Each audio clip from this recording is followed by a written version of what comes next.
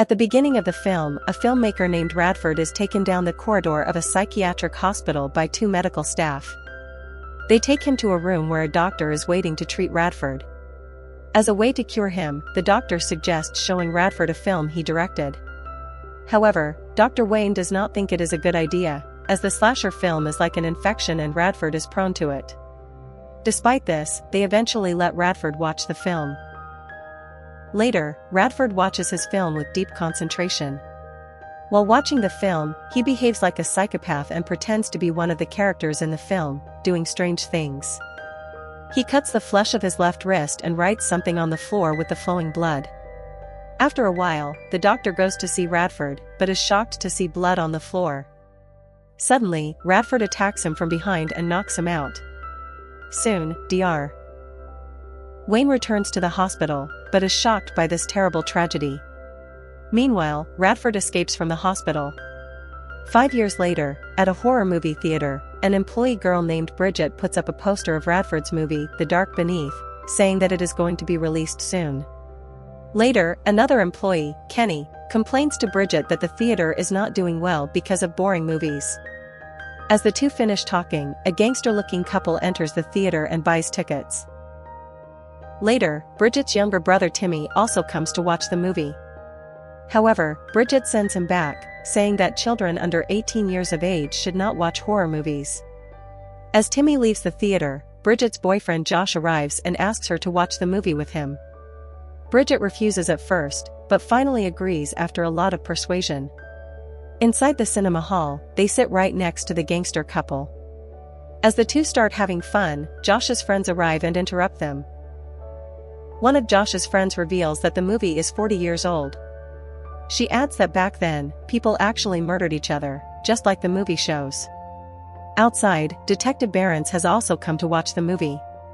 He has come to look for clues about the missing Radford. A little while later, Kenny turns on the projector and the movie starts. The movie begins with a scene in which some friends are driving to New York in a minivan when suddenly, the tire gets punctured. One of the boys goes to a nearby house to ask for help. Upon reaching the house, the boy sees a dead animal outside and panics. He then rings the doorbell and a woman lets him in. The movie moves on, another detective joins Behrens and they talk about Radford and his movies. Back in the movie, the boy sees a strange man sharpening his metal weapon. The man puts on a strange skull mask and suddenly kills the boy and drags him into a dark room. In the lobby of the theater, the female employee realizes that the drinks on the counter have run out and so she asks Kenny to get them from the storeroom. Meanwhile, Bridget decides to go out as she feels uncomfortable watching this gruesome movie. However, Josh quickly calms her down and convinces her to go back inside. After a while, Kenny, who had gone to the storeroom to get drinks, suddenly appears in the movie. Just then, Kenny hears a strange sound and starts running in fear. Unfortunately, the masked killer appears in front of him and brutally kills him with his weapon. Despite this, everyone enjoys the movie, as they think it is just a part of the movie. They continue enjoying the movie while one of Josh's friends goes to the toilet. The same scene is shown on the screen, and just like last time, the boy is brutally murdered by the masked killer. The female employee hears screams from inside the men's toilet and goes to investigate.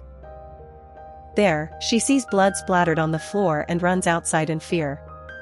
Meanwhile, the lobby of the same theater is shown on the screen, and the killer chases the female employee to the counter. Seeing all this, everyone finally understands what is going on, so they quickly run outside to inspect the counter, but it is empty. They then head towards the same toilet and see blood splattered everywhere. Panicked, they try to run outside, but the doors are locked and the mobile network is jammed. While searching the theater, Detective Behrens finds Bridget's younger brother Timmy hiding under a seat. Bridget scolds the kid for not following the stay-at-home order. Later, they all find that the place is completely sealed and everyone is trapped inside. Realizing their impending doom, everyone panics.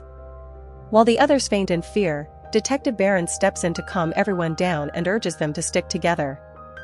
He says that they will be safer if they stick together.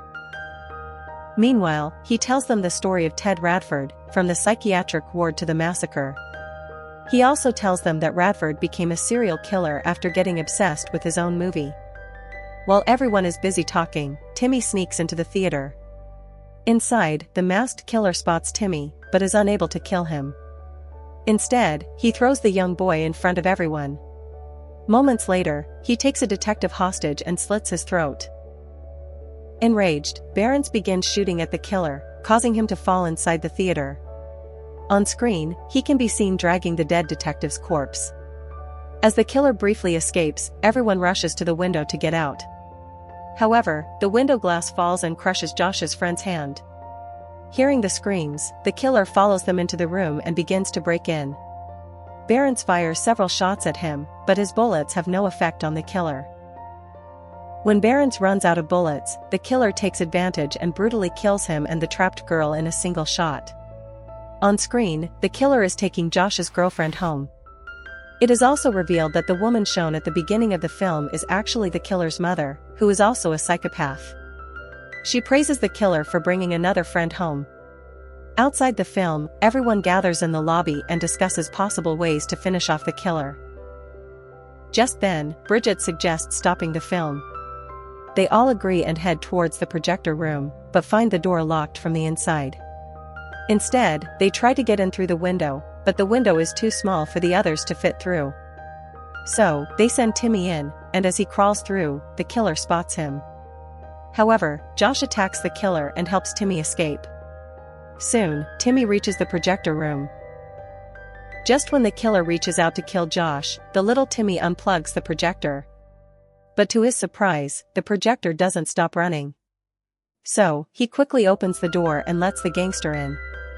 Soon, the big man drops the projector to the ground, stopping the film and allowing Josh to escape. He then picks up the reel and confirms that the killer is still alive.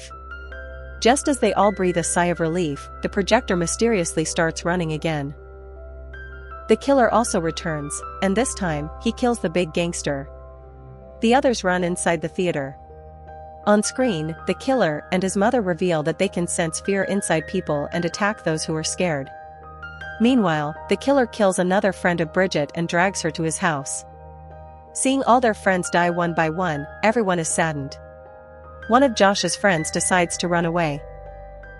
On the other hand, the killer finds Timmy alone and starts following him, and during this he meets Josh's friend.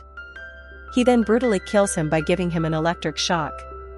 Surprisingly, the killer does not suffer any harm from the electric shock. In the next scene, an enraged Josh tries to finish off the killer.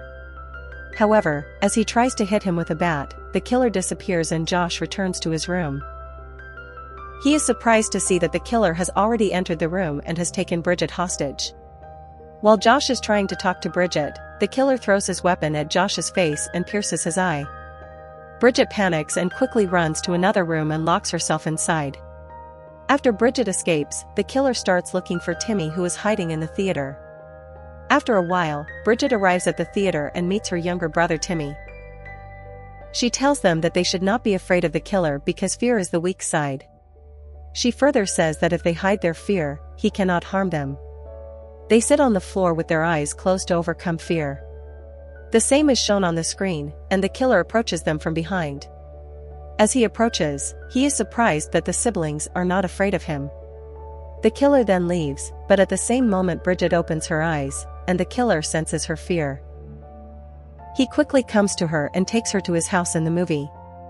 In the next scene, Bridget wakes up and finds herself locked in a room where the killer is sharpening his weapon. She somehow escapes to another room and sees many injured people there. She is surprised to see that Josh is still alive, but severely injured.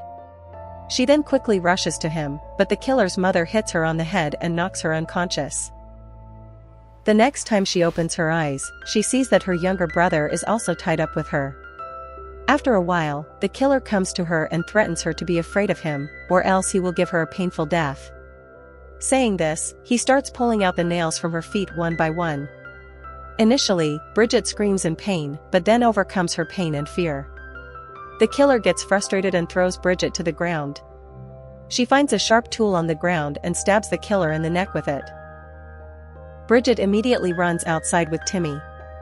But before they can get out, the killer's mother drags Bridget to the ground and tries to kill her by strangling her.